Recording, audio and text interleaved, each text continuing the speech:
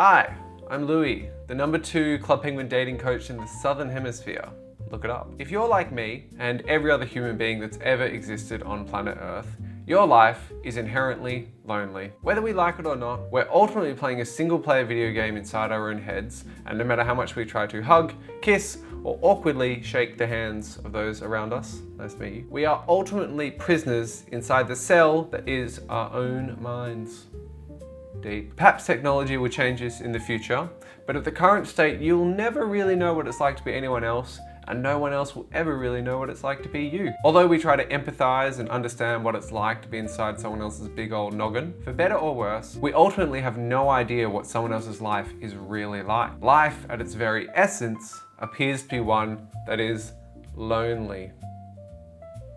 Oh no. Moving. Counterintuitively, however, human beings such as you and I, more you though, over the course of millions of years, through evolution and innovation, have come up with ways to combat this problem of loneliness. Human beings have worked together to not only survive, but actually thrive within an otherwise challenging and isolating world. Examples include language, empathy, parenthood, agriculture, Mario Kart, and Love Island. Maybe not so much the last one. As a collective, Homo sapiens have a list of achievements which any person could scarcely create within their own imagination. From artistic renaissances,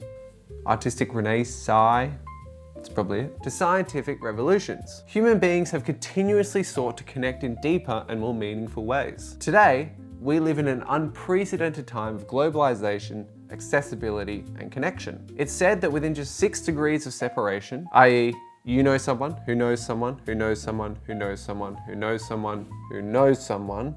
That is every single human being on Earth within those 6 degrees, right? From Kim Jong-un to Beyonce to a Somalian refugee to even my mum.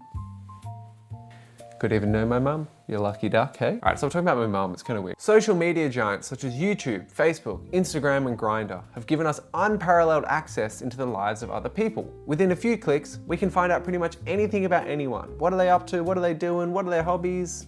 What's their job? What else would you ever want to know about someone? I don't know. Boring. Within seconds, we can talk to anyone around the world who has a mobile phone. Within days, we can fly and meet anyone, anywhere, including your mum. Maybe our mums can have a little mum meetup.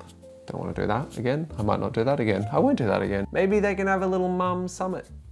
Could be fun, I don't know.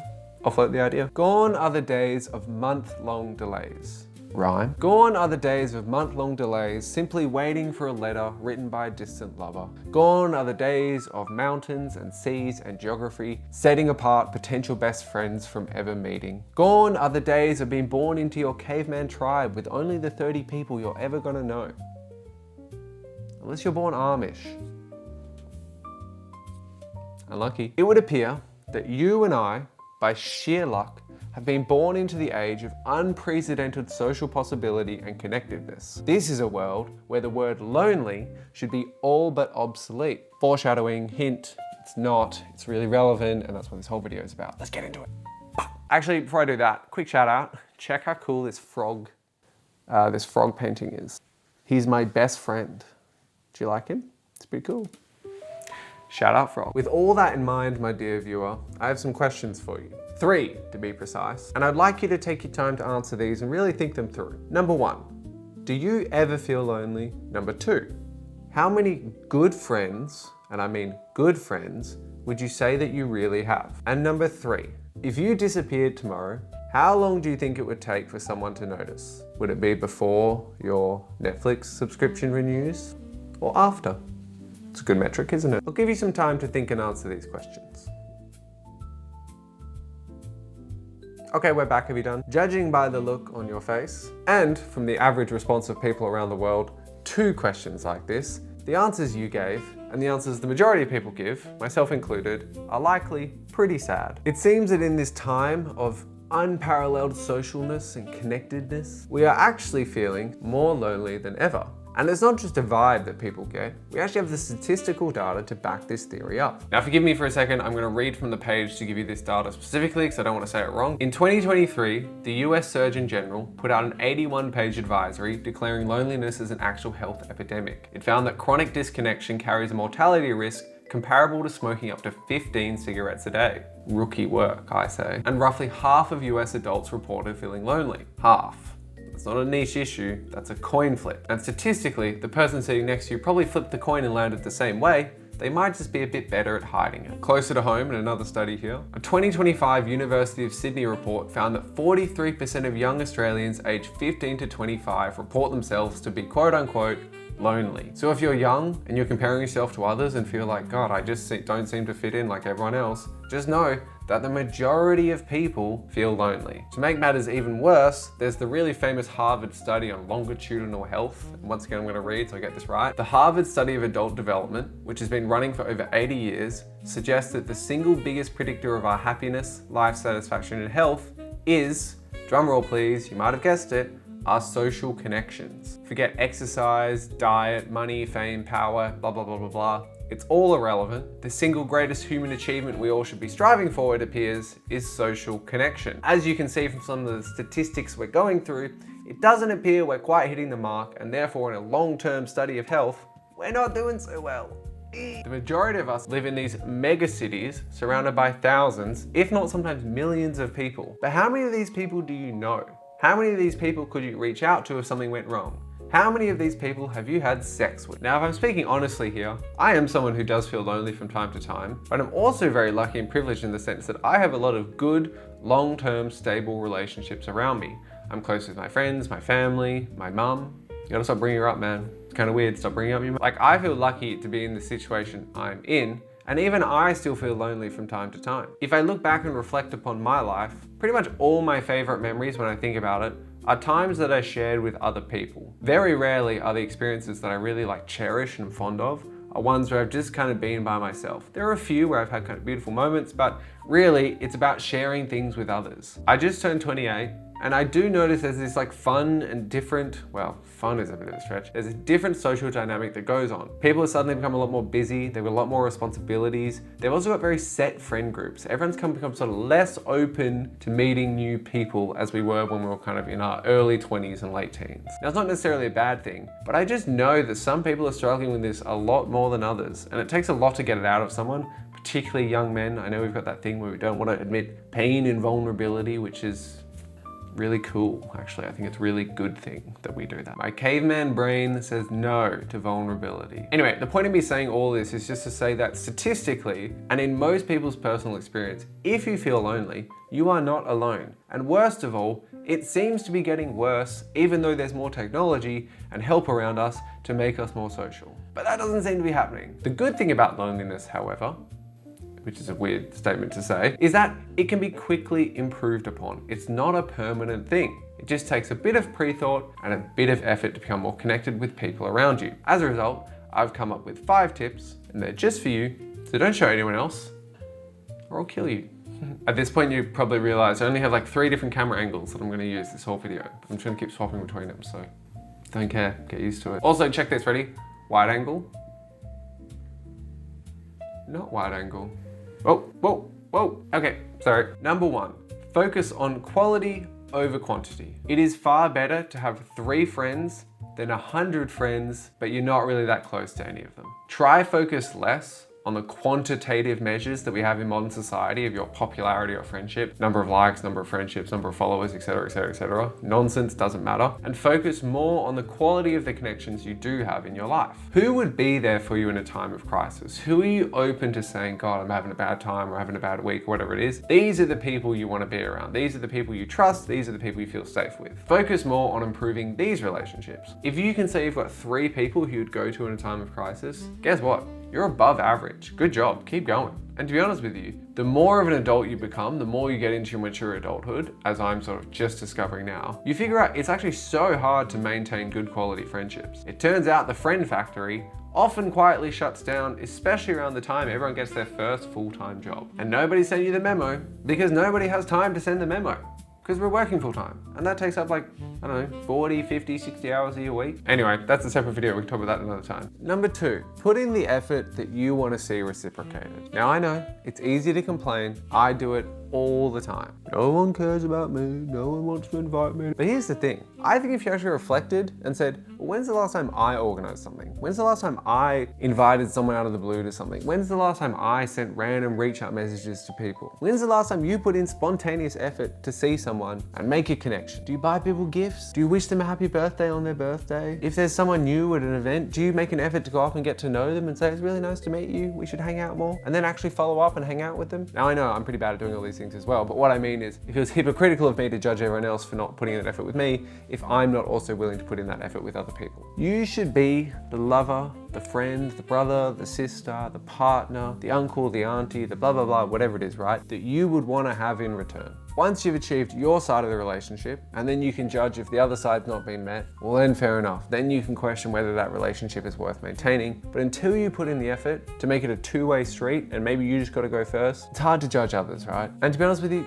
judging other people, that's the most fun part. And once you've put in your side of the bargain, oh my God, you can go crazy. You can go bitch to everyone about it. That's the best part. But you have to earn it first. You gotta earn that right. Speaking of earning a right, subscribe.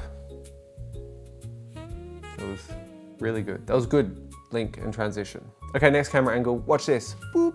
Tip number 3, reduce your social media usage. Social media as a whole has tricked us into thinking that observing someone else's social life is the same as socializing. And I'll give you a big hint, it's not. The parasocial relationships that we form with celebrities and people we watch online or people we follow is really deceptive towards our brains of thinking we're involved with something, of thinking we're getting something back, but really you're not getting anything back from that relationship. They don't know who you are. They don't care about you.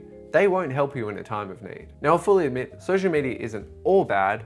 It's just that there's a lot of problems with it, and reducing your time on it is almost always better. Ask yourself, do I really need this app? If I got rid of this app, what would happen?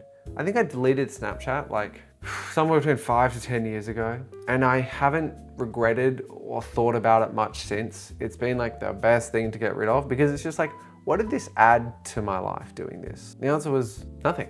Which is why, I never thought about deleting it until I did, and then suddenly it was like, I've just wasted so much time on this app. We also spend a good portion of our days just looking at the lives of other people and subconsciously comparing ourselves to them. I did a thing for a couple months where I deleted all social media, Instagram and stuff, and the crazy part was coming back was not scrolling through the news feed and doing all that, it's stories. Like daily stories are crazy that you just look and make instant comparisons to the highlights and sometimes artificial highlights of other people's lives during their day. Like, what do you actually gain by following these people or seeing what their morning routine was, or when they got coffee, or when they ate at this restaurant, or when they went to the gym, or when they went to that festival? Like, unless they're like a close friend or a family member and you actively want to know and keep up with what they're doing, think about it critically. What do you actually gain by following these people and seeing their daily lives other than feeling bad about your life? It's a subscription to feeling bad about yourself. Why give it the energy and time that we do?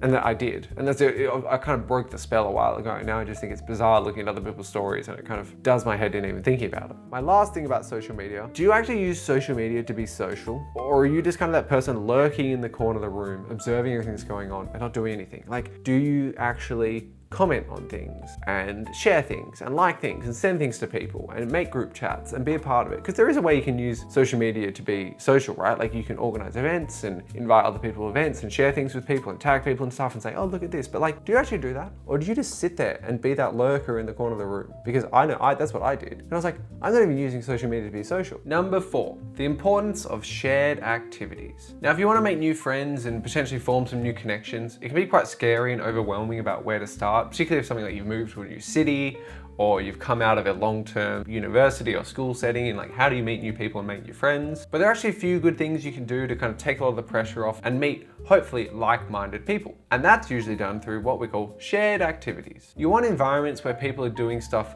other than just socializing, and socializing sometimes happens as a byproduct. So for example, sports clubs are really good examples of this. Maybe you go rock climbing, maybe you're in like a music group, maybe it's a run club, art classes, volunteering, community organizations. Like, these are all examples of just fantastic ways to meet people who are usually also pretty open to socializing and have similar interests to you, but you don't have the pressure of just like sitting there and being friends. It gives you a bit more common exposure. Okay, we know we're gonna meet up every Wednesday for blah, blah, blah. So you kind of don't feel like you gotta rush everything. You meet people more organically. And also if you don't have anything to say during the conversation, it's fine because you can focus on doing the thing that you're there to do originally, like bat the cricket ball or whatever the it is that people do these days. The trick is to have something to do with your hands so that your brain isn't there just thinking like, I need to make friends. Very rarely has anyone ever made friends by walking into a room and saying, I'm here to make new friends. I've never seen that work. So who am I don't know, maybe it does work. Who knows? You should try it.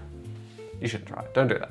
It's a bad idea. If you want a really especially good one, volunteering is good. And that's usually because the types of people you meet when you're volunteering are usually very open-minded, warm, empathetic, kind people who are more than happy to chat. And finally, number 5, I'm not gonna change locations for this one, suck it up. Loneliness is not permanent. Although it sucks and it often feels like it's never gonna end and everyone around you is doing so much better, the reality is loneliness is just like a state, it's an emotion and it can change. There are people around you struggling with it, maybe you're struggling with it as well. But the thing you have to realize is this is not how it has to be, and it can change quicker than you think. There are particular groups that seem to struggle with this more than others. Old people, it seems really strong, young men, but the issue is actually all across society it's increasing and there aren't many demographics that aren't affected by this. The main thing I want to say here is that a little bit of effort goes a long way. Checking in on people, sending the occasional message, organizing a coffee catch up, maybe a dinner, maybe saying, hey, do you want to go see this new movie? These little bits of effort go a really long way. Even just commenting on someone's posts. Like, I know all this stuff sounds trivial,